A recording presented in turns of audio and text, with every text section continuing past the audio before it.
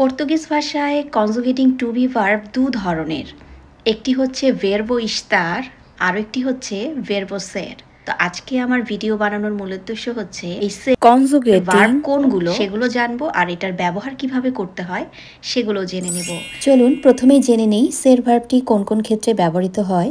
এটি তখন ব্যবহৃত হয় যখন আমরা এমন জিনিস বা কর্ম সম্পর্কে কথা বলি যা সহজে পরিবর্তন করা যায় না। উদাহরণস্বরূপভাবে প্রথমে বলা যায় আমাদের নাম কিন্তু সহজেই পরিবর্তন করা হয় না, বা সেটি যদি হয়ও সেটি কিন্তু খুবই জটিল এবং সময় সাপেক্ষ ব্যাপার। চলুন বাক্যে এর ব্যবহার দেখে নিই। আই অ্যাম মৌ, আমি মৌ। এও সো আ মৌ। আরও একটি গুরুত্বপূর্ণ উদাহরণ দেখা যাক, ন্যাশনালিটি বা জাতীয়তা। ন্যাশনালিটিও কিন্তু খুব সহজে পরিবর্তন করা যায় না, তাই এক্ষেত্রেও সের ভার্বের ব্যবহার হবে। আই অ্যাম বাংলাদেশি, আমি বাংলাদেশি। এও সো বাংলাদেশিয়ানা।